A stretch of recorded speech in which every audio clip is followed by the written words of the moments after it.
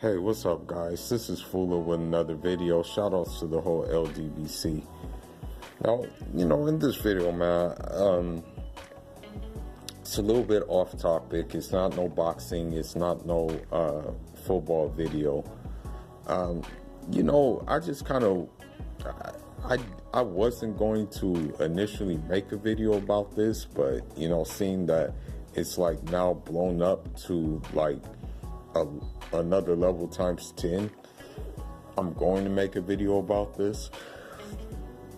And the video I want to talk about, man, is the whole thing with R. Kelly, man. Now, put it this way, I don't condone anything that man has done, okay, with these women. I think it's very, very disturbing. And I think it's very, very, very, like, it's not good. It's not a good look. Okay. But my thing is this, though, man. Like, why do it for R. Kelly on this grand stage, right? I mean, you guys, did a Lifetime documentary on this, okay, on this man. But at the same time, my question is this: people in the music industry had to know that this was going on the whole time. People in the music industry had to know what this guy was doing, and that it was going down how it was going down. Why wait until now to make a big old documentary on this whole thing? And my question to that is, I feel that they are just riding the momentum of this whole Me Too thing, man. I really do. I mean, I think that, this was the opportune time for, how should I say it, for like Lifetime to cap off of the momentum that Bill Cosby has, and with his incidents, and just ride that wave and use R. Kelly as the next guy. As I said before, I'm not condoning what he did, okay? What I'm wondering is, why is it being brought to light now, when people knew that it had to be happening, man? And my thought on that is, there could be some bigger forces working behind it. Because the thing is this: we knew R. Kelly, that his music career was, before this came out, his music career was kind of like, I wouldn't say at a standstill, basically. There wasn't really anything going on with him. People weren't really talking about R. Kelly, like that. That's the whole thing about the situation. Like, nobody was really mentioning R. Kelly in the R&B circles, But now that this documentary came out, this series came out, you now have R. Kelly's music sales going up. They're actually going up. I was very surprised at that. How they say, I think there's a saying, any attention is good attention. And I think that's what's happening right now, man, with R. Kelly, because you would think that, based off of like the allegations, based off the things that these women are saying, that his album sales would go down and that people will boycott his music, but it's actually had a reverse effect, man. You know, so, I mean, again, I think we have to look at the timing of this documentary. You know, that's the thing. It's like the timing of it is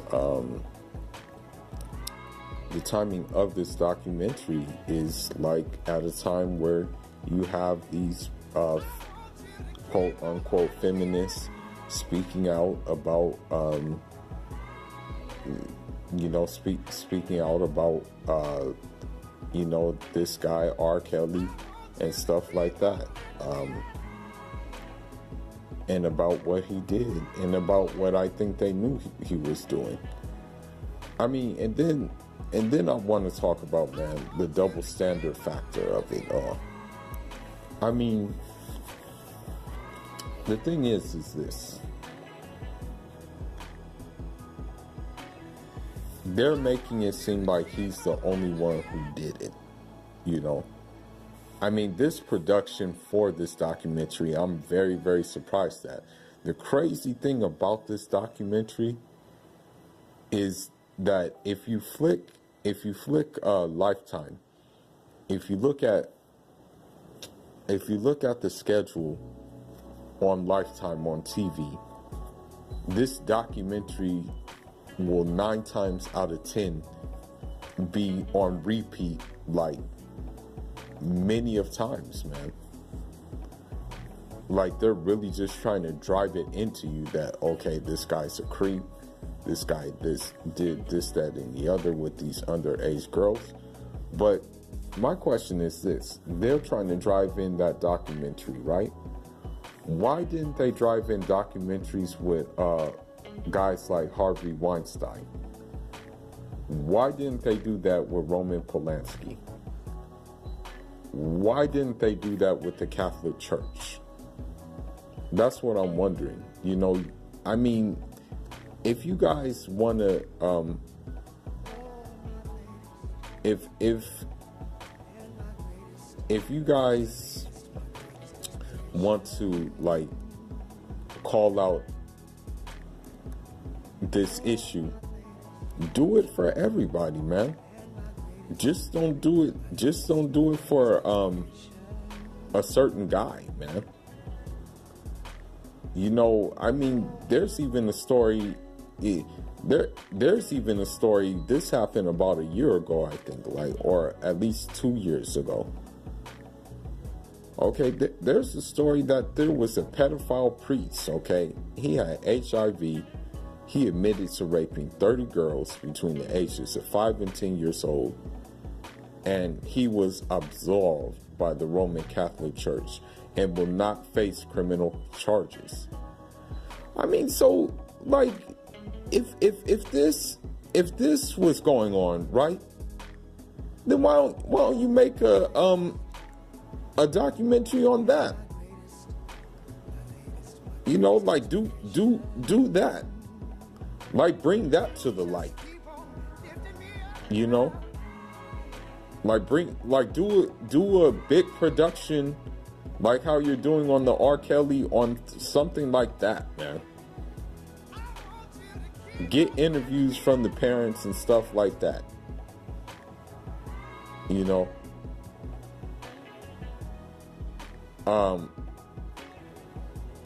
And so this is what I'm saying.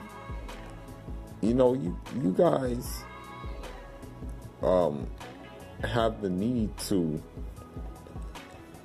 like, demonize this guy without looking at, like, others who were doing the same things, man.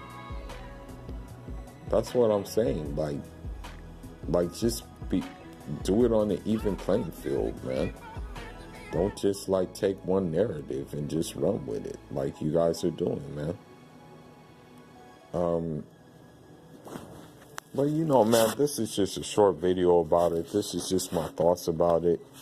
You know, I didn't want to go into in depth about the whole situation, but it's just like hypocritical. And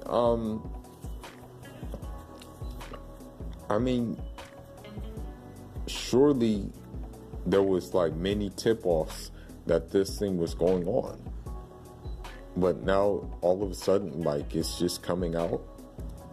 Like, really, like, what's going on here? What's the big idea? I mean, you guys knew this guy was doing this.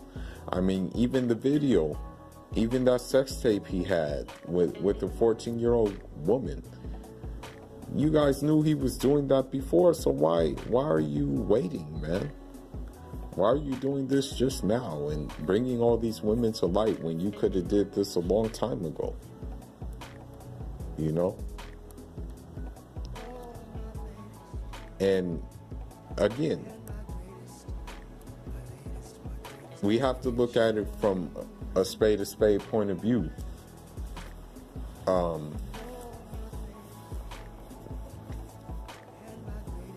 A lot of these women, and I'm not saying that they're in the wrong for doing this. I'm not saying it, but I'm just saying that they could have picked another way to kickstart their career. Because, I mean, from the reports that we have, it seems like a lot of these women are former, are like musicians, basically. You know, or they were like artists, aspiring artists, trying to get their like jumpstart their careers. But I mean, with R. Kelly, they chose the wrong way to do it, man, by being with that man. So, I mean, that just tells you that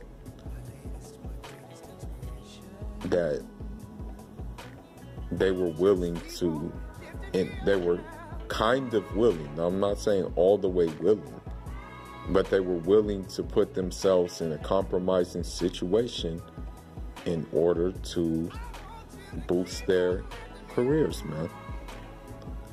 And that should be a lesson that, you know, think twice.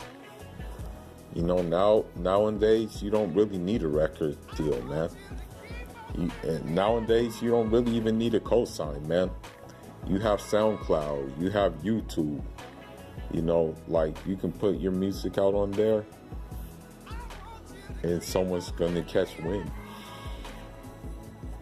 And that way you don't have to do like these crazy things in order to quote unquote get on. But that's all I got for now, guys, man. Leave your thoughts. Let me know what you think about the whole thing. And I'm off until the next one. Ciao, Rama.